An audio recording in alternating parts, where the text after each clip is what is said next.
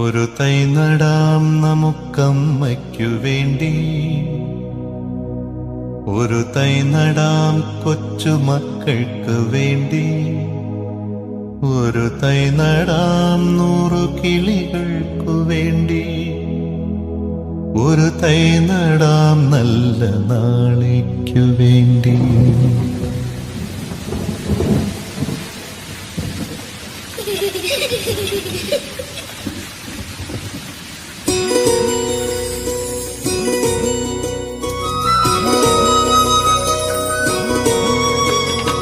ഒരു തൈ നടാം നമുക്കമ്മ